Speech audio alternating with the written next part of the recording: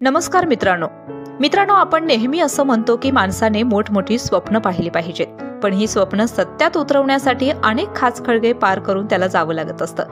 कधी कधी नैराश्यग्रस्त तर कधी कधी शारीरिक मानसिक वेंधत वाढवं येतं. अशा वेळी माणसाचं पूर्णपणे खच्चीकरण होऊन जातं आणि त्याला जिथं जायचं आहे किंवा जे ध्येय गाठायचं आहे ते मात्र अर्ध्यावरच राहून जातं. पण अशा वेळी माणसाने आयुष्याकडे नेहमी सकारात्मक दृष्टिकोनातून पाहिलं पाहिजे. असं केल्याने तुम्हाला अशक्य असं काहीच वाटणार नाही. Nothing is impossible in the world. या जगामध्ये अशक्य असं काहीच नाही असं नेपोलियननं म्हटले आणि त्यांचं हे वाक्य अगदी बरोबर आहे. मित्रांनो, शरीर जरी अशक्त असेल पण मन मात्र उमेदीनं भरलेलं असेल तर आपण काहीही करू शकतो.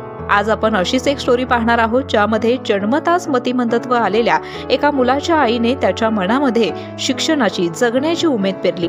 जो मुलगा काहीही करण्याच्या पात्रतेचा नव्हता अशा मुलाच्या मनामध्ये तिनं आत्मविश्वासाची ज्योत जागृत केली आणि मोठा झाल्यावर हाच मतिमंद मुलगा खूप मोठा शास्त्रज्ञ झाला. ही स्टोरी आहे प्रसिद्ध शास्त्रज्ञ थॉमस अल्वा एडिसन यांची. पण तत्पूर्वी चॅनलवर नवीन असाल तर पटकन चॅनलला सबस्क्राईब करा, म्हणजे अशाच नवनवीन रोचक कथा तुम्हाला ऐकायला मिळतील. चला तर मग पाहूयात. एडिसनच्या वाट्याला लहानपणापासूनच बहिरेपण आलेलं, त्यामुळे कानाने ऐकू येत नसल्याने कोणतीही गोष्ट ग्रहण करण्याची क्षमता देखील तितकीच कमी. पण असं असताना देखील थॉमस एडिसनच्या आईला नेहमी वाटायचं आपल्या मुलाने शाळेत जावं, चांगलं शिक्षण घ्यावं, म्हणून त्याच्या आईने एडिसनचा शाळेमध्ये प्रवेश घेतला. काही दिवस लोटल्यानंतर शाळेतील शिक्षकांच्या एक गोष्ट लक्षात आली की हा मुलगा बहिरा असल्यामुळे कोणतीही गोष्ट ग्रहण करू शकत नाही, त्यामुळे हा शिक्षण घेण्यासाठी अपात्र असा आहे.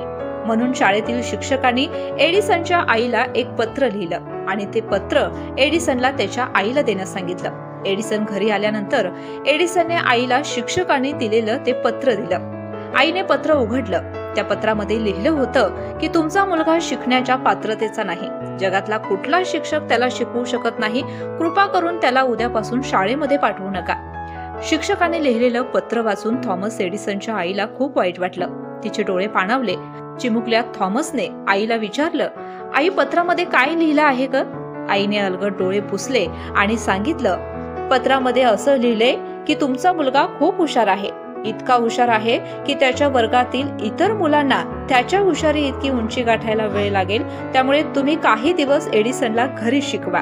त्यामुळे उद्यापासून मी तुला घरीच शिकवणार आहे. तेव्हापासून एडिसनची आई एडिसनला घरातूनच शिक्षण देऊ लागली. शिक्षकाने पत्रात लिहिलेली गोष्ट आईने कधीही एडिसनला सांगितली नाही. खरं तर आईने सांगितलेल्या सकारात्मक उत्तराने एडिसनच्या आयुष्याला खऱ्या अर्थाने चांगलं वळण लागलं आणि हाच थॉमस एडिसन पुढे खूप मोठा शास्त्रज्ञ झाला. हजारो प्रयोग करून त्यांनी बलाचा शोध लावला आणि हे जग प्रकाशाने उजळून निघालं. तसेच movie camera, electric pen, electric car असे एक ना अनेक शोध त्यांनी लावले आणि ते महान शास्त्रज्ञ बनले. अशीच काही वर्ष उलटली. त्यांची आई मरण पावली. त्यावेळी थॉमस एडिसन खूप मोठे शास्त्रज्ञ झाले होते. आईच्या मरणानंतर थॉमस एडिसन तिच्या खोलीमध्ये गेले. आईचे सामान असलेली पेटी त्यांनी उघडली आणि त्यामध्ये त्यांना 40 वर्षापूर्वी आपल्या शिक्षकांनी आईला लिहिलेलं पत्र सापडलं. त्यांनी ते पत्र उघडलं आणि ते वाचायला लागले. ते पत्र वाचत असताना थॉमस एडिसन यांना अश्रू अनावर झाले, कारण त्या पत्रामध्ये लिहिलेलं सत्य त्यांच्या समोर आलं होतं. तुमचा मुलगा शिकण्याच्या पात्रतेचा नाही हे वाचून थॉमस एडिसन त्यांना आपल्या आईने आपल्यामध्ये पेरलेल्या उमेदीची जाणीव झाली. आपल्या आईने आपल्याला हे सत्य त्यावेळी सांगितलं असतं तर कदाचित मी इतका मोठा झालो नसतो याची जाणीव त्यांना झाली. म्हणून थॉमस एडिसन आपल्या यशाचं संपूर्ण श्रेय हे आपल्या आईला देतात.